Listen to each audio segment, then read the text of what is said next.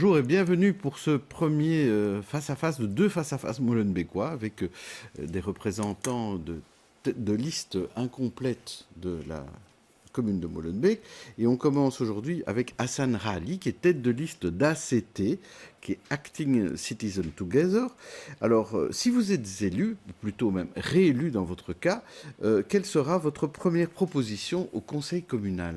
Tout d'abord, bonjour à tous et merci pour l'invitation. Première interpellation serait donner réellement un logement décent pour tous et surtout pour les groupes fragilisés. Certainement sont les femmes seules avec des enfants.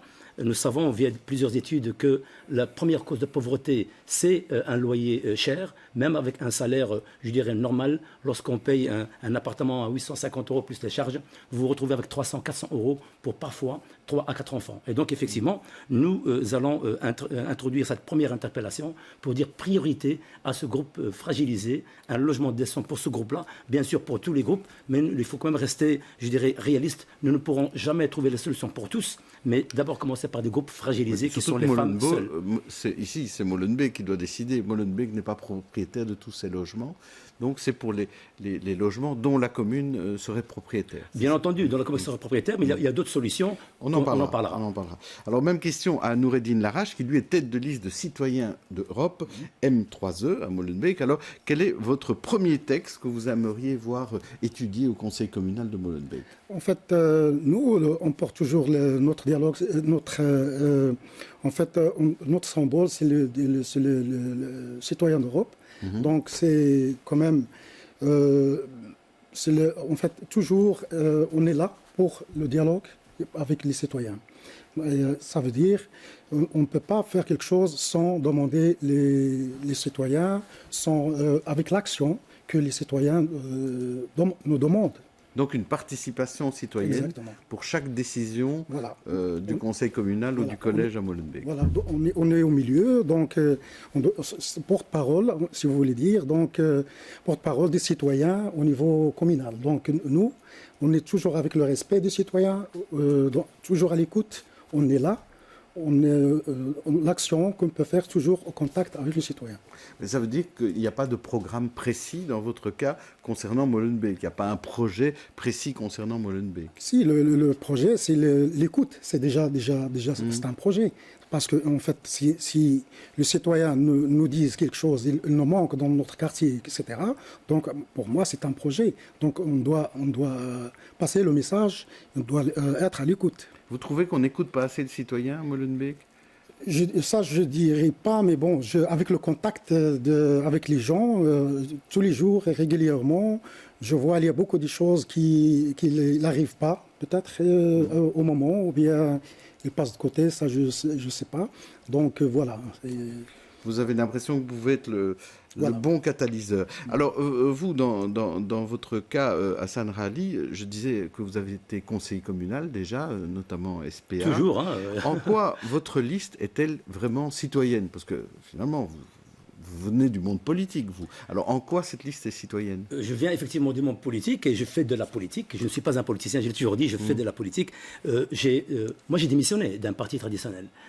Ça, c'est de un. Et donc, c'est la raison pour laquelle, après mûre réflexion, nous avons constitué et fondé un mouvement citoyen, exactement comme M. Nordine vient de dire, être à l'écoute, nous, et j'écoute, moi, personnellement, depuis 20 ans. Je milite depuis 20 ans dans la politique, 6 ans de conseiller communal de l'opposition, et je pense que tous mes collègues peuvent dire que j'ai mené une opposition constructive, et j'ai à chaque fois apporté une pierre à l'édifice avec des projets concrets. Mais sur la liste elle-même La liste elle-même, nous sommes 40, malheureusement, pas 45, mais 40, c'est quand même pas mal, et sur les 40, la seule personne qui a, je dirais, un antécédent politique et encore actuel, c'est moi-même. Tous les autres sont bien sûr tous compétents dans leur domaine, des citoyens. Et c'était élémentaire pour nous. Nous avons un mouvement citoyen bilingue, et nous voulons impliquer les citoyens de toutes les décisions et dans tous les projets de la commune. Et ça, c'est essentiel. Alors justement, tout à l'heure, vous parliez de logement.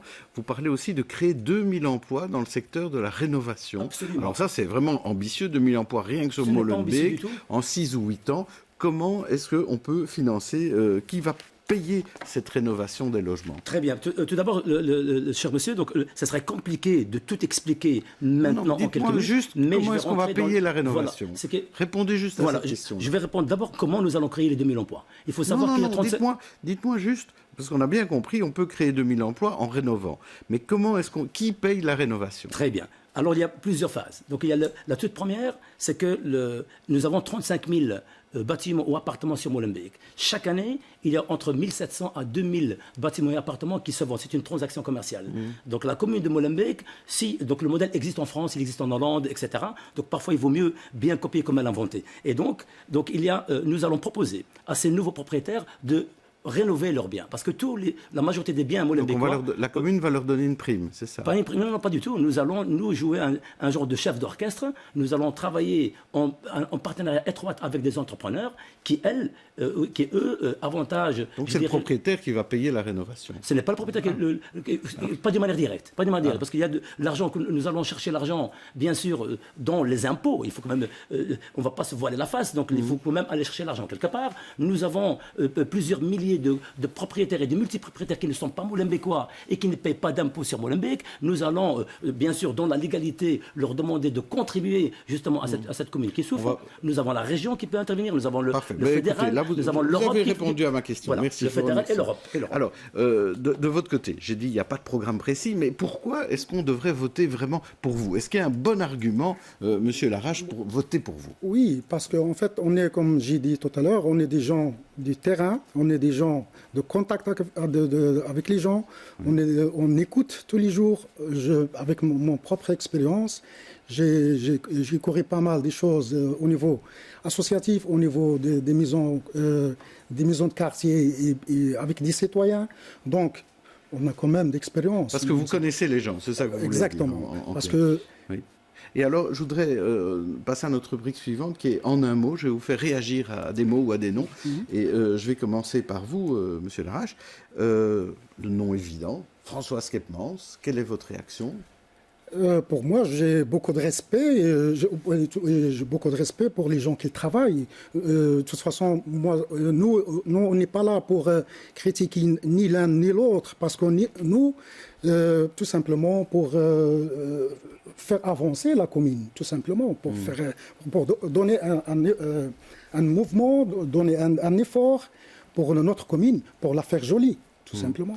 Alors, je vais vous demander à vous, Monsieur Rally, vous avez un peu d'avance sur le comptage, donc d'être très court. François Skepmans, votre réaction? La droite.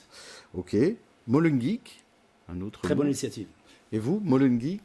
Aussi, initiative. Belle initiative aussi. Oui. Dernier mot, REDM. J'ai pas pas d'avis? Non. Pas d'avis sur le REDM. Et vous, ma fille, elle est U9, c'est vraiment génial comme projet à soutenir. Ouais, à soutenir, voilà. Alors, je vais vous demander, qu'est-ce qui vous différencie de votre opposant du jour? Très rapidement aussi. Qu'est-ce qui vous différencie de M. Larache?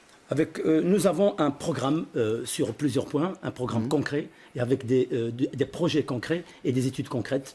Et nous savons exactement ce que nous voulons pour la commune, nous savons exactement ce que nous voulons pour les jeunes, pour les femmes, pour les aînés, pour les moins valides. Nous avons un programme très précis et des projets très précis. Alors vous, je posais la même question. Qu'est-ce qui vous différencie de M. Rahali? La différence entre M. Rahali et autres, donc moi je vois que nous, on fait la différence seulement parce qu'on regarde, on essaye de faire les choses que des autres partis qui ne font pas. Qui ne fait pas, ça veut dire qu'on regarde les choses, qu'il est abstrait, il est derrière, qu'il est tout à fait caché. Donc on essaye d'écouter. On est tout simplement des interprètes pour des gens, des gens qui nous disent leurs problèmes, qui nous disent... Si j'essaie de comprendre, oui. Monsieur Rahali ici veut faire des choses, et vous voulez plutôt servir de coordinateur, de courroie de transmission, voilà, avec des gens qui veulent faire. Oui. Donc voilà, on essaie de faire le mieux possible, tout simplement. Regardez l'indifférence, bon, c'est une force. C'est notre force, en fait.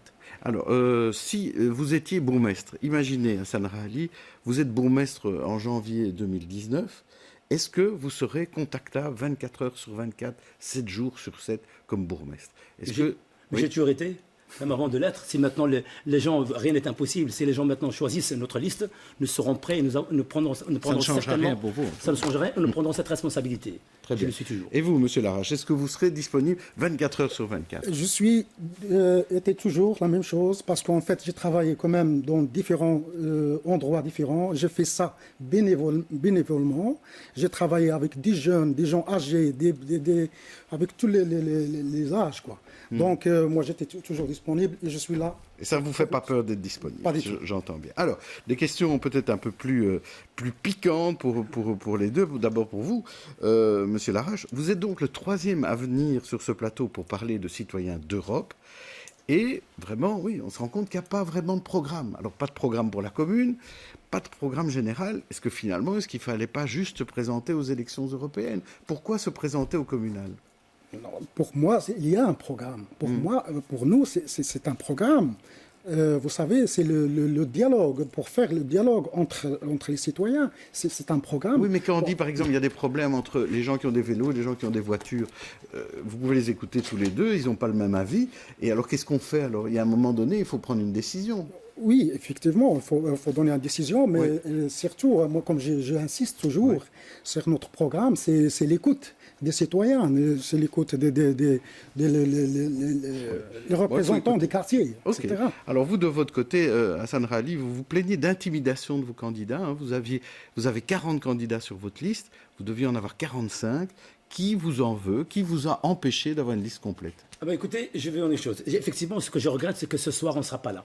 Parce que nous avions effectivement une liste complète et malheureusement, certains disent dans les politiciens... Vous voulez dire que vous ne serez pas là au grand débat de ce soir? Oui, de ce soir, c'est un peu dommage. Parce que mais qui vous a intimidé? La question n'est pas qui. Mais si vous avez dit c'est un parti de la majorité. La question, c'est que nous avons eu beaucoup de pots de bananes jetés à gauche et à droite par effectivement des gens qui vont se reconnaître dans certains partis de la majorité.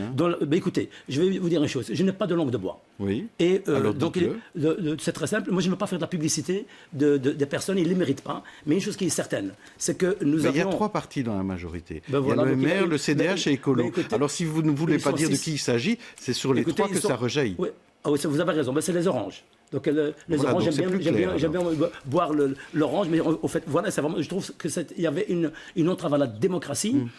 Maintenant, aujourd'hui, nous sommes là, nous nous sommes battus. Il y avait 400 personnes qui ont soutenu notre liste. Il fallait que 100 signatures. Et vous vous présentez. Et nous sommes là, et nous avons une Votre espoir en siège, vous espérez avoir combien de sièges? Un maximum. Un maximum. Et vous, votre espoir? Un maximum. Aussi un maximum. Merci à tous les deux. On se retrouve demain. Il y aura un autre face-à-face avec 2 listes incomplètes de Molenbeek. D'ici là, bonne journée, bonne soirée à tous.